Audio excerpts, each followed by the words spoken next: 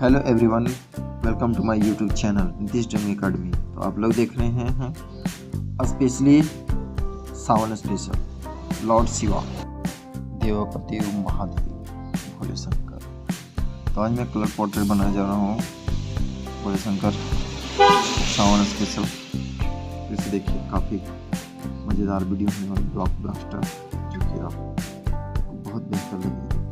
इसे मुझे 3 दिन लगा है बनाने में, जो कि मैंने काफ़ी मेहनत किया और काफ़ी बेहतर बना। तो अंत तक देखिए वीडियो, इसमें काफ़ी आपको सीखने भी मिलेगा, क्योंकि मैंने कलर पोर्ट्रेट में बारीकी से बनाया। इस कलर पोर्ट्रेट में मैंने पेंसिल आउटलाइन का प्रयोग किया, काफ़ी स्मूथ स्केचिंग, लाइटिंग, शेडिंग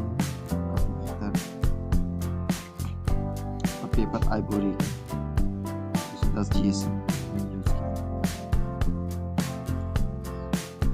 देखिए, काफ़ी बेहतर लगेगा। सीन परफेक्ट बना, मुझे भी बहुत खुशी हुआ कि परफेक्ट एकदम। वीडियो को मैंने थोड़ा स्पीड कर दिया है ताकि लोग समझे और देखें।